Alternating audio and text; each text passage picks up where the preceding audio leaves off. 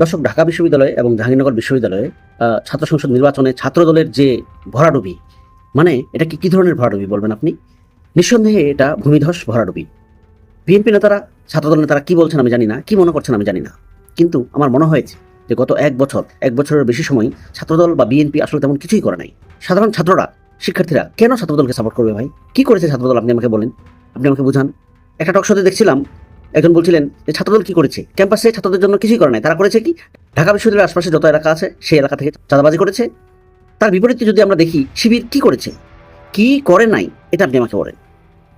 এত innovative programme, এত শিক্ষামূলক প্রোগ্রাম, এত কালচারাল প্রোগ্রাম, আপনি দেখেন।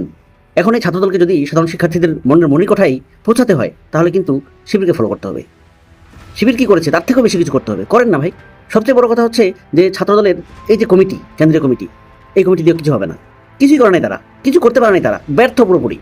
এই কমিটিকে দ্রুত বাতিল করে নতুন একটি কমিটি দিতে হবে, ডাইনামিক কিছু ছেলেপেলেকে নেতৃত্বে নিয়ে আসতে হবে, তাহলে হয়তো ছাত্রদলের দ্বারা কিছু সম্ভব হবে, হারানো গৌরব ফিরে পাবে বা ফিরে পেতে পারে। দর্শকের বিষয়ে আপনার কোনো মন্তব্য থাকলে কমেন্টে জানান। ধন্যবাদ।